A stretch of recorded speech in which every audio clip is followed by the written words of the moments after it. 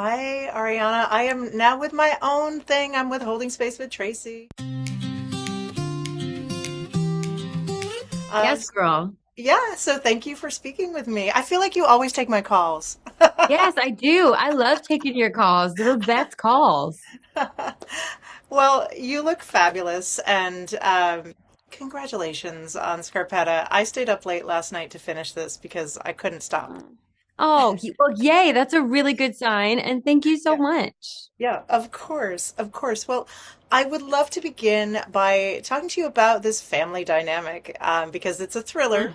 but it's also a big Italian family and the fights and the everything there. Would you talk a little bit about creating this dynamic with this cast? I mean, Yeah. Nicole Kidman, Jamie Lee Curtis, Bobby Cannavale, Simon Baker. This is a big family. It is a big family. It's an embarrassment of riches in the ways of talent and personality, which is very cool. It's a fun sandbox to play in. But I think it was very easy to cultivate connection with all of them in different ways. They all um they're all just so unique. And Lucy herself is very unique. Um, but I think she's the glue that holds the family together in a way. Hmm. Um, Yeah. and she's that character that you hear everyone talking about even when you don't always see her. And I really liked that. I like a character whose presence is felt, right? Yeah. Um, and I do, you're so right. I do think this show, as much as it is a thriller, it is very much a how do you survive your family and a serial killer as well. Right. Um, What's the bigger which threat? yeah, right. Um, but I just think to answer your question in the short, it wasn't hard. I just sort of showed up and made space for them to be their big personalities Yeah. and found where I fit, Mhm.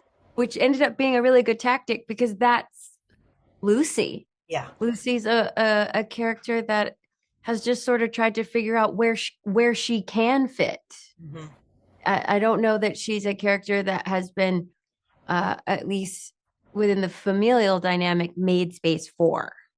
So Right. she learns to take up space in her own way for herself. Yeah. But when you see her in these family dynamics, whether it's at the big dinners or when Kay and Marino call and are like, "We need your help," it's like she has to find her way to figure out where she goes Yeah. in this family dynamic, which I think is Yeah. highly relatable too. Yes, of course. And they're all such big personalities, but Lucy has her own, she's got her own. So I She I does. love it. She's spicy. That's what I like Uh-huh. about her. She's spicy. She's Yeah. really smart. Hmm. I love a smart queen, but Yes. she has her own quality of why do we just call it messy? She's messy Yeah. too. Yeah. She's not, it's not like she's holding a moral authority Right. in the context of her family. She's just that is probably their common trait, especially amongst the women. They are all very messy, layered characters, Yeah. and Lucy is like embroiled in grief and Yes. trauma that she's dealing with, and that informs a lot of the behavior you see in season one. Yes. Well, I'm glad you mentioned that because I want to touch on this idea of grief. She's grieving the loss of her wife and Mhm. is not quite moving on because there's this AI entity of her Yeah. wife that is kind of messing with her head, I would say, and her heart. Yeah. Would you talk about this kind of inability to move on from the grief when you've got something to hang on to like that?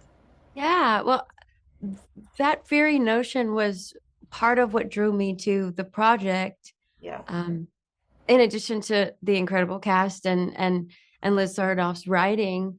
But speaking of Liz Sarnoff, I she was charged with bringing this incredible IP, the world that Patricia has created, to the screen, and she's giving it such a cinematic lens. And I think one of the ways that she has very successfully brought Lucy onto the screen is through this journey of using AI as a grief coping mechanism.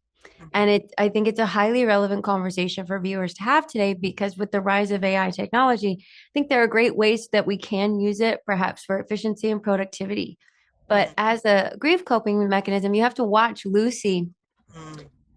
uh, hang on to the person that she loves, but it keeps her from rejoining humanity in a way for a while. Yeah.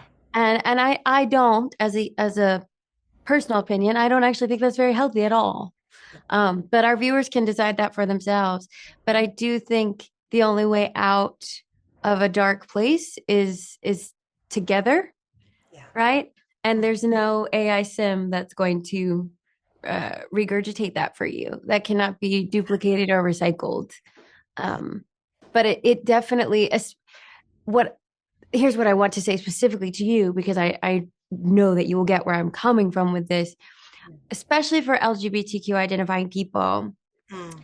When healthcare and resources feel like they're so withheld from us, I was able to understand why Lucy um, would say, you know what, I'm gonna give this a go because I she was my person. She was the person that really saw me, that loved me, and I where am I gonna find that? I've got a crazy family. Like, where am I gonna? Who's gonna have my back, right? Um, and Yeah. that is such a relevant and relatable question, especially for people that identify the way that I identify. So I thought it was a worthy exploration, at least. So Yeah, and I think it's done really well. I was invested in that storyline. good. Yeah, for sure. Well, and of course you mentioned the LGBTQ, and of course, Ariana, I've been speaking to you since 2020 for the prom. Yeah. It's a different time. But Hmm. is it a different time? Because I'm watching this, and just the fact that Lucy had a wife, has like a little romance in Scarpetta, is Hmm. just a queer person without it being like her family accepts her. This is again a radical conversation. And Right. would you touch on the kind of cyclical nature of that, especially in your work? You've been playing queer characters for a while, but now it matters a little more than it did maybe 2 years ago.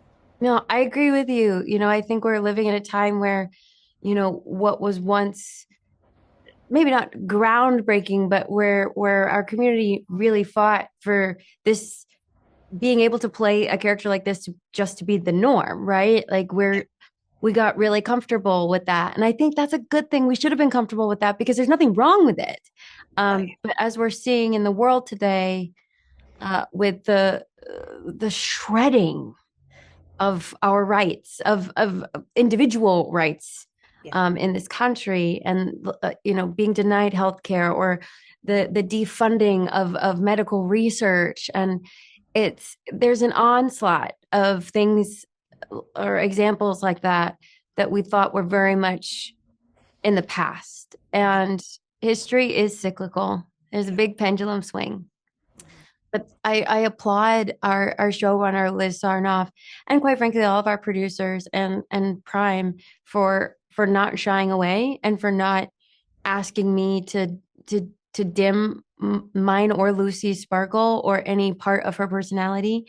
It is, and I believe Patricia Cornwell fought for Lucy to, like, we're not changing her. Like, this is who she is. Um, and I really love that because we need more characters like this. And Yeah. as much as Lucy's sexuality is a topic of conversation, it's it is, but it isn't. It's just there. She Yeah. just gets to be a whole person. Yeah. And I am very glad of that because it shouldn't just be white presenting characters that get to play fully formed, layered, dynamic entities on screen. Like, we are very human. We we exist. Like, we're not going anywhere. Right. So we should be able to bring all of that to the screen. And this particular show is a point of pride for me in that way, not only because we get to explore loss and identity and also just the fact that Lucy's brilliant. How Yeah. great to have a brilliant queer Incredible. character. Like, Hmm. I think she she's special, and I really hope people see beyond her sexuality and Yeah. through to the heart of who she is, whilst being able to acknowledge that, yeah, she's ours, and we're proud Yeah. of her. Yeah. Like, We can hold more than one thing. yes, we can. It's giving yes and holding Yes, space. and. Oh my God, I love that you did that. Thank you. Yeah. Uh, Ariana, I have to wrap, but always a pleasure. Oh, I thought I wait, was can you gonna ask me one more question? Could you ask me one more? Ask me one more question. All right. We have time. Ask me a question. Okay. Can I ask you something that is related to my podcast? Yeah, girl. My central question. So, Yes. as you know, I went viral for the lyrics of Yes. Defying Gravity. This Yes. was kind of a question about art, really, and how art affects us. So, my question to you is, what is your defying gravity? That piece of music, film, TV, book that has been with you throughout your life and possibly changes over time? Oh, wow. If that's too much, I mean, I know it's a lot to throw at you, but No, that's such a good question. A couple things like popped up in my being. yeah. Uh, for some odd reason, Purple Rain started playing. Ooh, Prince's yeah. Purple Rain. Mm-hmm. Um, I just think like the imagery of that is so it's just so beautiful. And I'm sure Prince had one meaning for it, and it has many meanings to everyone. Uh, but I only want to see you dancing in the purple rain. Like I think that's so um just it's a beautiful image, but also like don't forget to dance. Don't forget to believe in the impossible. Don't forget to try. Don't forget to dream big. Like you shoot for the moon, you aim among the stars, but Yeah. like don't forget to love, don't forget to be present. Like in order to feel the purple rain, you have to like be in it. Mm, And that's where the living is. yeah. When and I think ultimately that's also what Lucy's talking about. And it's been one of my greatest lessons. It's like you are most alive when you're living and breathing and drinking in your emotions, no matter how heavy or how hard or how euphoric. But if you don't feel them, you actually deprive yourself of the gift of living. Yeah. Ariana, I'm almost in tears. Uh, That was a really beautiful answer. Thank you. And now all I can think of is feel the purple rain on your skin. yes, honey. Feel it. Oh, thank you so much. It's always such a joy to speak with you. Yes, and thank you for asking for another question. That was really sweet of you. Yeah, when we have time, I will always make time for you. Thank you. You enjoy the Scarpetta rollout. I think it's Thank going to be a you. big hit. Thank Bye. you so much. Thank See you. ya. Thank you for listening to Holding Space with Tracy E. Gilchrist. Holding Space with Tracy E. Gilchrist is a main character production hosted by me, Tracy E. Gilchrist, produced by João Dall'Stella, co-produced by Mason May.